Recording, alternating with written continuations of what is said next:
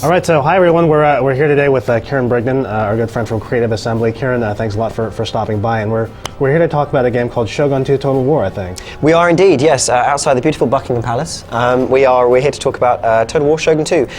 Shogun 2 is the latest in the Total War series of games. It is the sequel to the game that started the entire series 10 years ago. And for those people at home who may not be familiar, it's a combination of real-time and turn-based strategy on PC. It has like a kind of a turn-based campaign map, very much like Civilization or Risk, and then real-time battles, very similar to, say, Command & Conquer or StarCraft. Total War has been around for a long, long time, but we understand that Shogun 2 is making a lot of really big changes coming to that Total War formula. Can we talk about some of the biggest changes to the game? Yeah, I think obviously we constantly progress things like the visuals and the technology behind the game, and that's usually kind of self-evident when people see it. But one of the big pillars that we've added this time around for Shogun 2 is the multiplayer functionality. So in Shogun 2's predecessors, games like Empire and Napoleon, we introduced naval gameplay for the first time, so you could actually fight naval engagements on the high seas, and that was like another major pillar added to the franchise. And by adding a huge amount of multiplayer options now, including some kind of persistent kind of online presence options for your character and your avatar, we hope to kind of bring a whole new kind of column, as it were, to the Total War series. So yeah, certainly one of the biggest additions is multiplayer functionality. That goes beyond the standard gameplay modes. So you get kind of multiplayer campaign out of the box. You get multiplayer battles for land and sea, and all those kind of things, and like quick battles and drop-in battles. But in addition, we now have a kind of a persistent online avatar system, which says, this is your online identity. Every battle you fight means something. You gain veterancy for your units and armies, and you can then yield those and wield those units in future battles, having upgraded them. You can unlock skills and abilities for that avatar, giving you bonuses on the kind of online gameplay world, as it were. And of course, we have a huge kind of clan ranking structure as well this time around. So it's a very big kind of addition for the series. Yeah, I mean, I think one of the things that's always been really impressive about the Total War series is just the huge real-time strategy battles.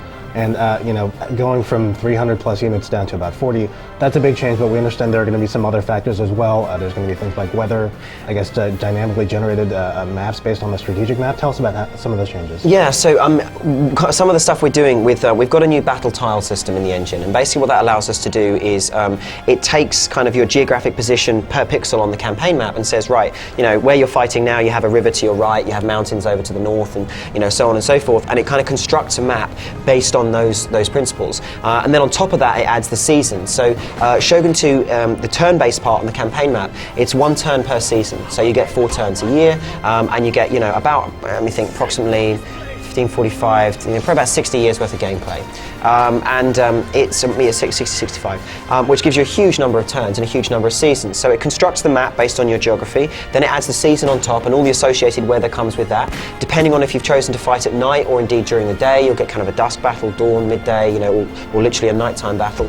All of those things kind of factor into the way that the battle plays. It's not just a nice bit of eye candy to be doing this or that. I mean, you'll find things like weather and rain and everything affects the kind of accuracy of your long-range units, things like your archers and indeed your early gunpowder units, and of course the morale of your troops suffers, and their ability and their stamina gets much reduced in things like the snow, or maybe in certain amounts of heat, and of course in addition to that, the whole thing kind of adds together to make a different experience every time around. So the clan you're playing, against, the kind of unit array they have against you, all of these things are really kind of dynamic and they change. So we want to make sure that every battle feels significant, unique, different, and important. It's part of your campaign to conquer the islands of Japan, and your campaign to establish yourself as the leader of all of these other competitive factions.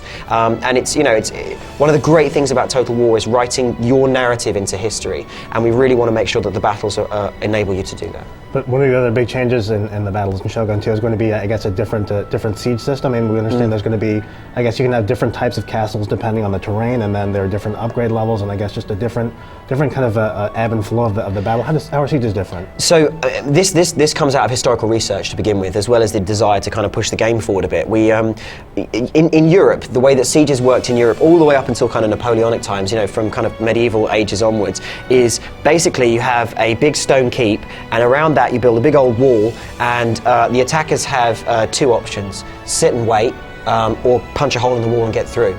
The defender has two options: sit and wait, or go out and attack the attacker. And that was how the Europeans, rather uninspired way of fighting warfare. The Japanese, on the other hand, had an entirely different approach to the whole thing.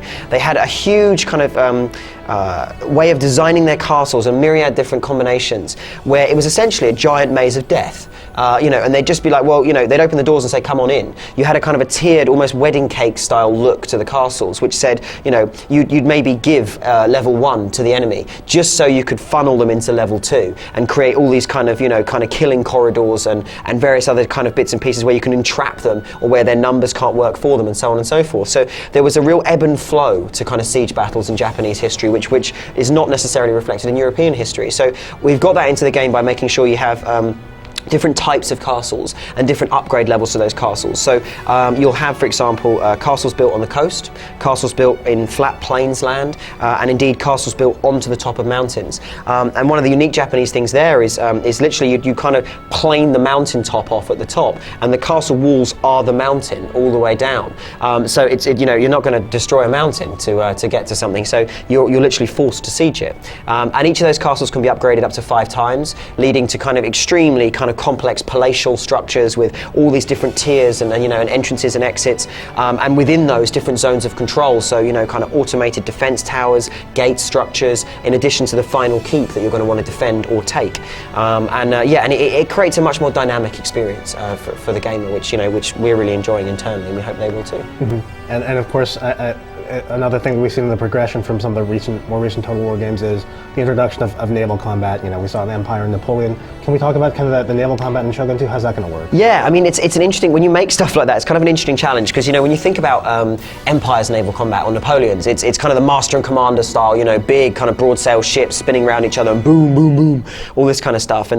But when you start thinking about how you do it in Japanese history, so before pre-gunpowder era, or before gunpowder is mass used in terms of cannons and artillery, what did that mean for naval battles? Did guys just bonk each other over the head with oars? Is it like, excuse me, just one moment, I'm going to moor up next to you and bang you over the head with a piece of wood? But actually the naval battles in Japanese history are really quite interesting, because first off, they didn't have these deep water ships. They don't have giant kind of galleons that sail out into the ocean. They have essentially rafts, which they use in very close waters around the coast. So the first thing we did was include the coastlines in the naval battles. So the naval battles now take place around kind of shoals and inlets and beaches and rocks, and all of that adds to the tactics, because you're going to want to smash your enemy up against the rocks. You're going to want to stay clear yourself. You're going to want to go ahead and make sure that you try and do it if you can in clear seas and clear weather. But if you get into kind of autumn and winter and the tsunami season, that you're looking at kind of very high waves that can cause chaotic damage to your fleets. And then on top of that, they had a design system where they basically went from to floating castles. So they'd build these little floating sheds, which guys would peek out of the window, and fire arrows at each other, or try and jump over to the other ship, all the way up to these giant kind of huge boats where it was basically a huge wooden castle on a raft. And the idea was it was kind of floating castle warfare, where you'd get one castle next to another, and they'd shoot each other through the windows and everything with firearms and with arrows. And of course, the big thing on these ships and at this period is setting each other on fire. If you can actually set light to an enemy vessel, there's not a whole lot they can do about it other than jump into the ocean and face the sharks. So in that respect, it's very different. It's very interesting tactically. We understand there's also going to be some new additions to the strategic system. For instance, in Japan, they had a completely different way of handling espionage and intrigue. Tell us about some of the new unique ways that players are able to do that in Shogun 2. Yeah, and this for me is one of my favorite areas of the game. The kind of the RPG system and the way that the agent system works now. You're not just in control of this clan. All of these individual, say, ninjas or geishas or monks or metsuke, who are like secret policemen that you can hire on the campaign map. We need to make them your characters. And previously the system was that they were just given attributes. So if you left them in a city or a tavern, they got fat and drunk, and that was kind of like attribute given fat, attribute given drunk. Whereas now everything you do gains them XP. You're able to then select kind of the skills they have and the bonuses they get from a skill tree, which is different for every agent type. And this includes your generals as well. You get a huge skill tree for the generals. And it basically means that these characters are emergent. Yeah, so that's a lot of really cool new stuff. I think we all really can't wait to play it. So Kieran, just to close that, if you could remind the viewers at home when the game is coming out. Sure thing. Hello viewers at home. Shogun 2 releases in March this year, and you'll get a chance to play it on PC. That's right, so Shogun 2, Total War for the PC in March of this year. Thanks a lot for watching. Thank you.